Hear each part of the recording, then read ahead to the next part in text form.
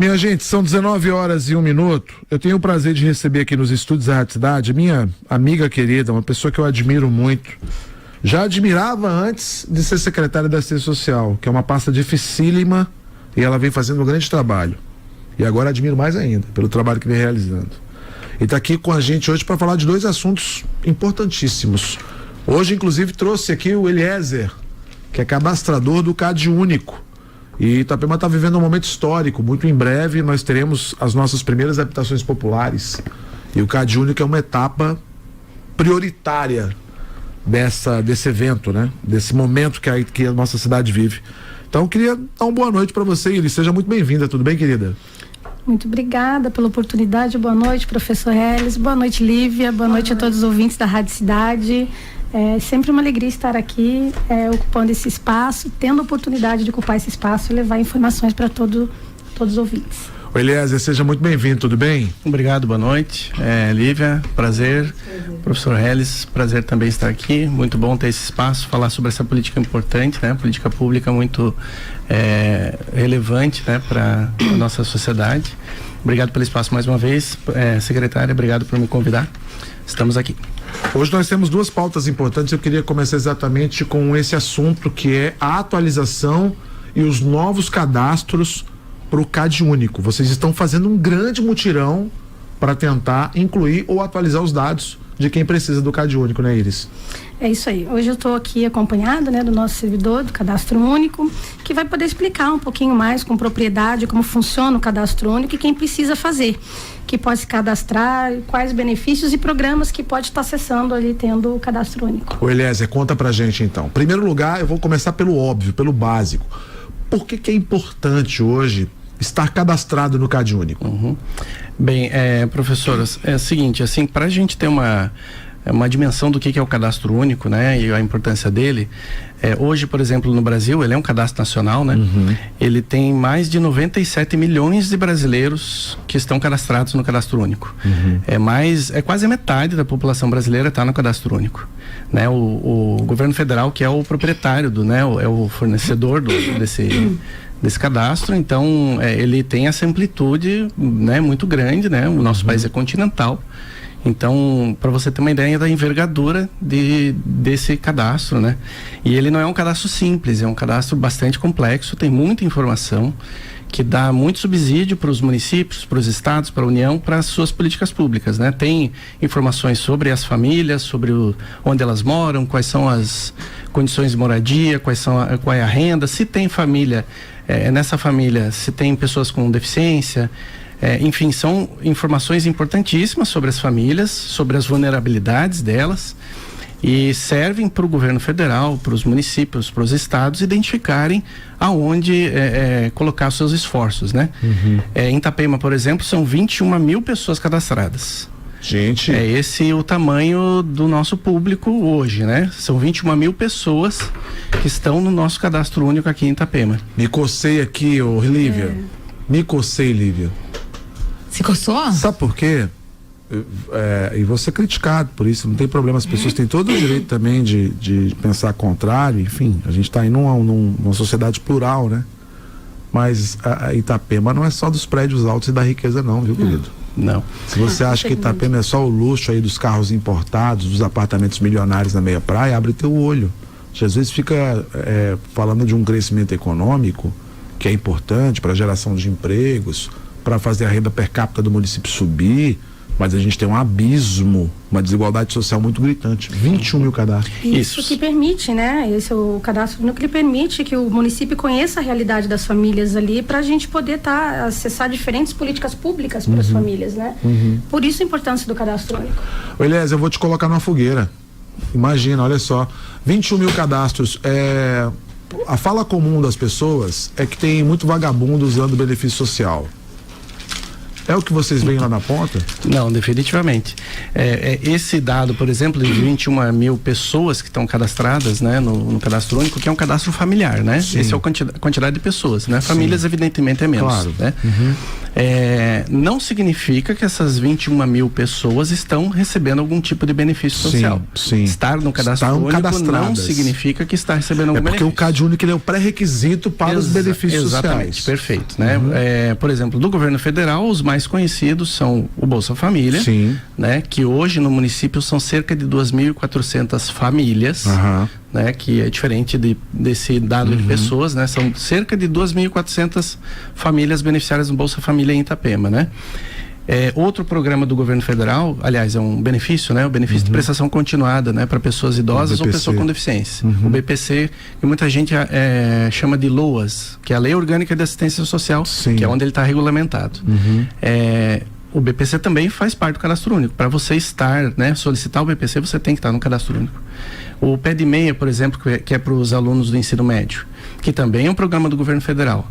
Esse também exige o cadastro único. Então, ele dá acesso a vários programas do governo federal, dos estados e dos municípios. Por exemplo, aqui em Santa Catarina, um programa de habitação chamado Casa Catarina exige o cadastro único. Esse é um programa, inclusive, do governo estadual. Do governo estadual, exato. E o governo municipal, por exemplo, tem o Departamento de Bem-Estar Animal.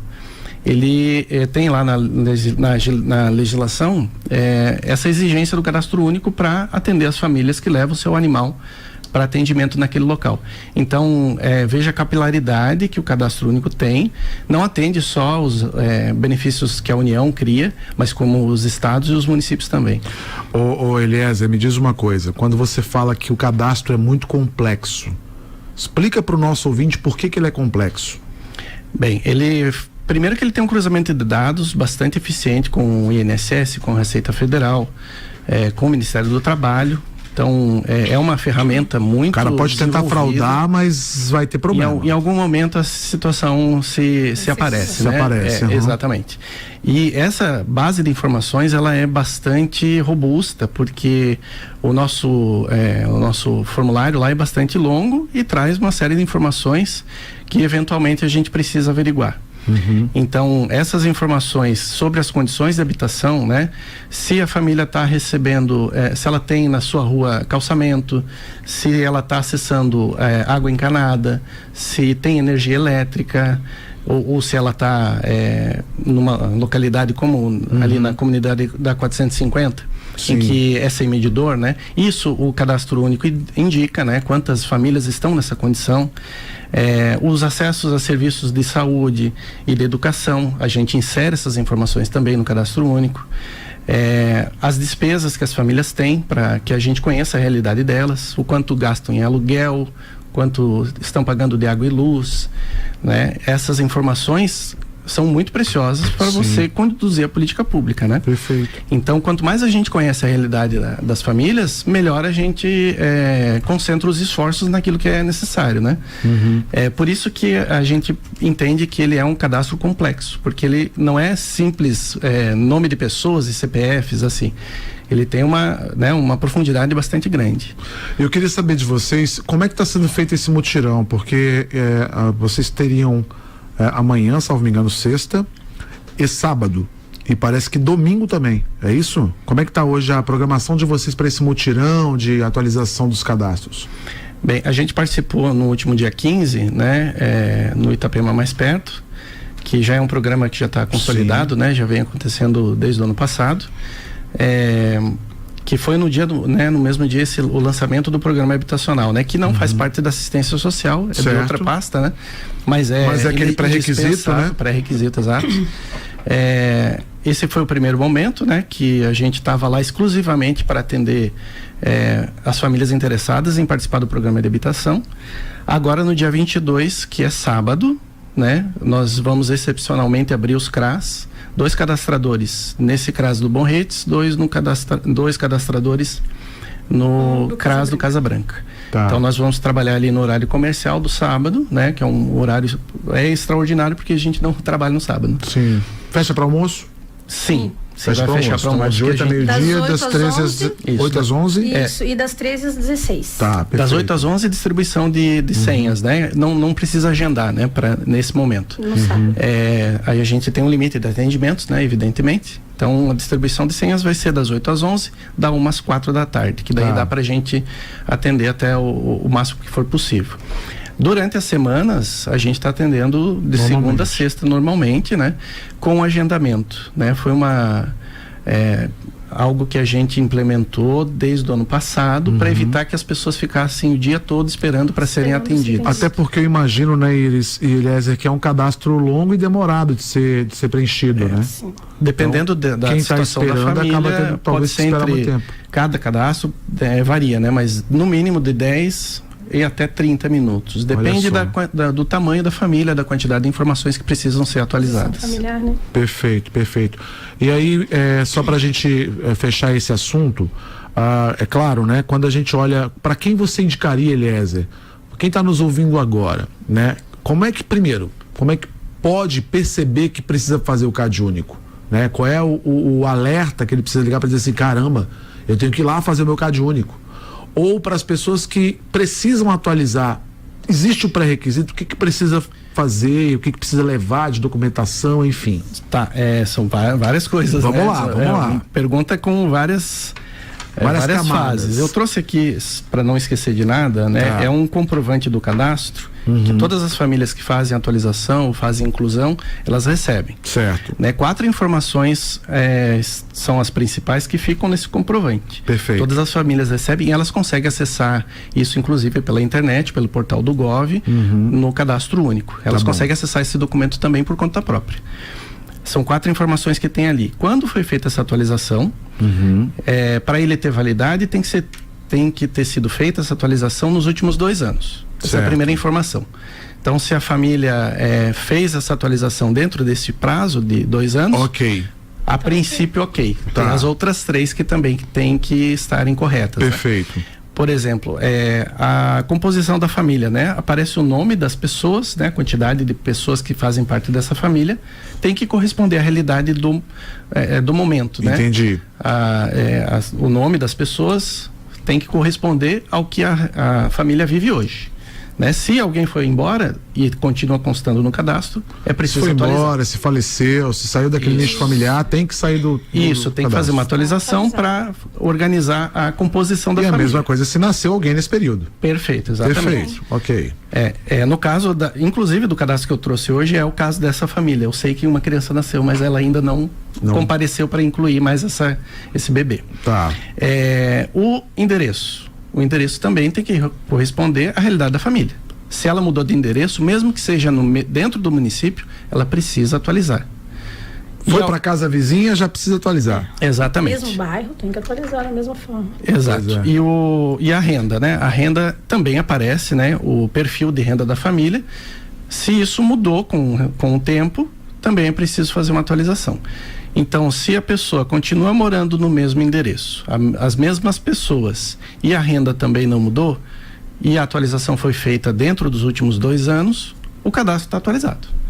E aí você não precisa comparecer no CRAS para solicitar a atualização. Direto na habitação, fazer a sua inscrição. Daí já vai direto na habitação. Direto na Secretaria de Habitação a fazer Então, gente, presta atenção. Se você está nessa condição que o Eliezer acabou de nos passar, você não precisa mais atualizar o seu CAD único.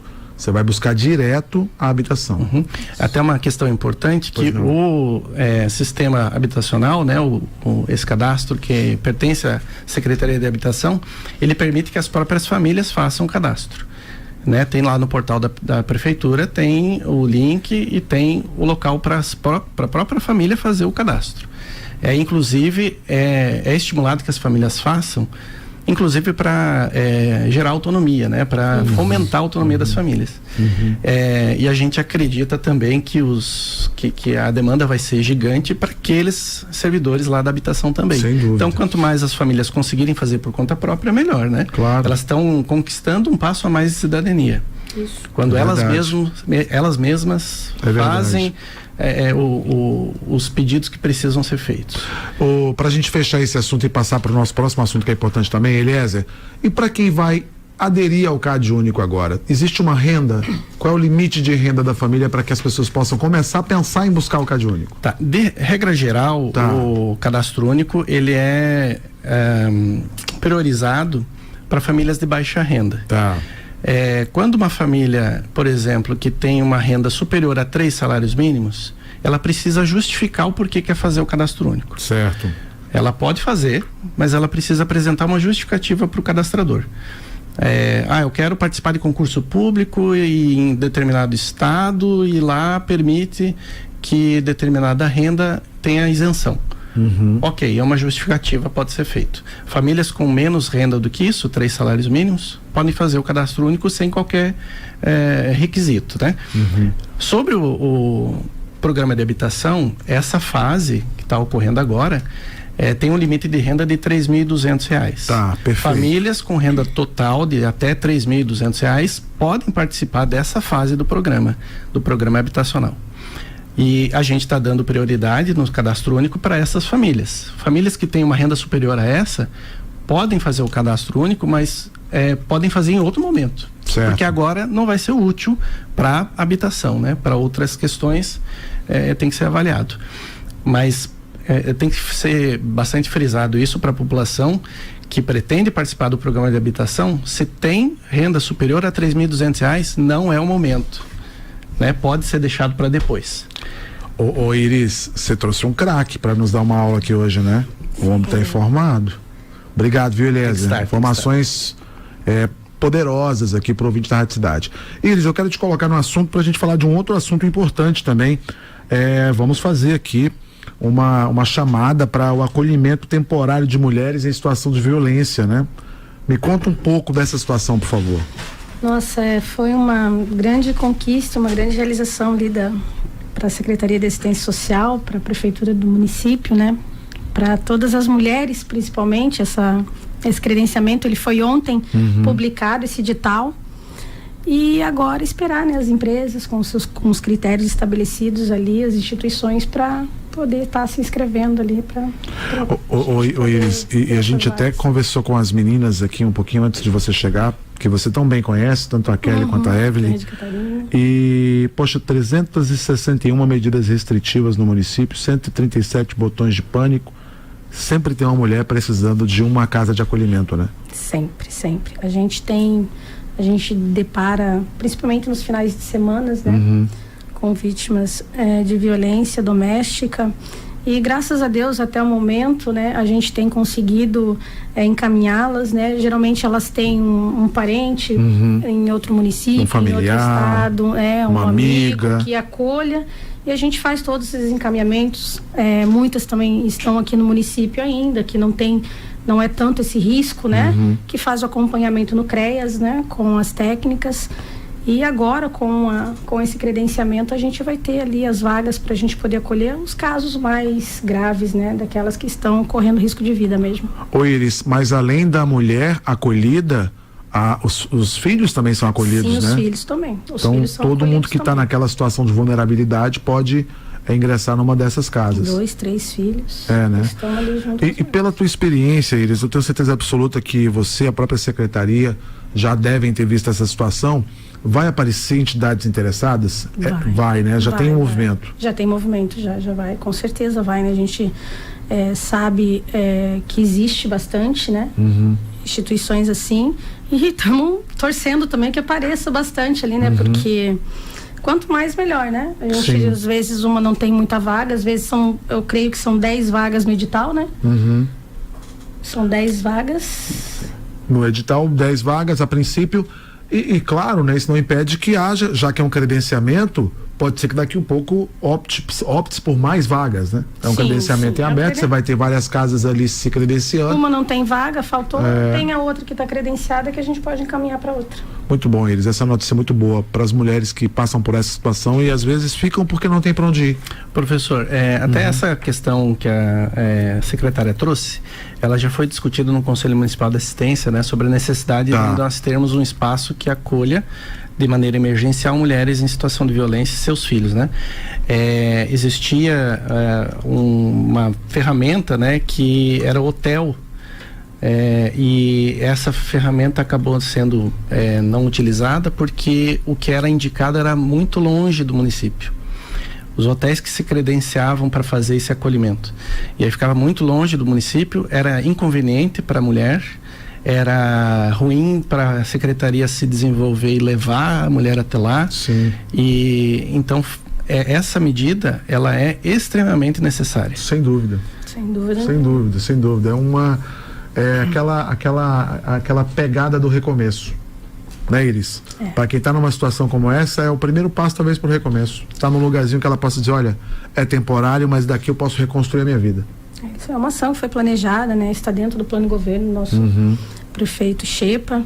E desde o início ele pediu muita atenção, uma atenção muito especial e muita responsabilidade com essa pauta, né? Então a gente, graças a Deus, bem no mês de agosto. No Agosto Lilás tem toda uma simbologia. A gente tem essa conquista e vamos aguardar aí. Agora a gente tem para onde encaminhar essas mulheres que precisam. Iris, muito obrigado mais uma vez pela sua presença aqui na Rádio Cidade. Você sabe que agora eu tô aqui no Final da Tarde com a Lívia e eu quero você cada vez mais presente aqui, viu? Vou roubar vocês, do Jornal da Cidade primeira edição. Vem, de vez em quando vem aqui também pra gente trazer essas informações que são extremamente relevantes para a sociedade de Itapema. Eliezer, seja muito bem-vindo sempre. Obrigado. Volte outras vezes, obrigado pela sua presença. Posso fazer um convite? Claro, por favor, né? Então tá. Faça. Dia 27 agora a gente tem a nossa tradicional caminhada em alusão ao Agosto Lilás, né? A gente vai ser às 9 horas da manhã da Praça da Paz, vai até a Secretaria de Cultura fazendo a caminhada, né? Falando, né? Sobre a importância, né? Das mulheres denunciar, não se calar. A rede de proteção está toda preparada para ouvi-las, atendê-las e saibam que elas não estão sozinhas. Iris, obrigado. Nada. Eliezer, muito obrigado. Obrigada a você pela oportunidade. São 19 horas e 22 minutos.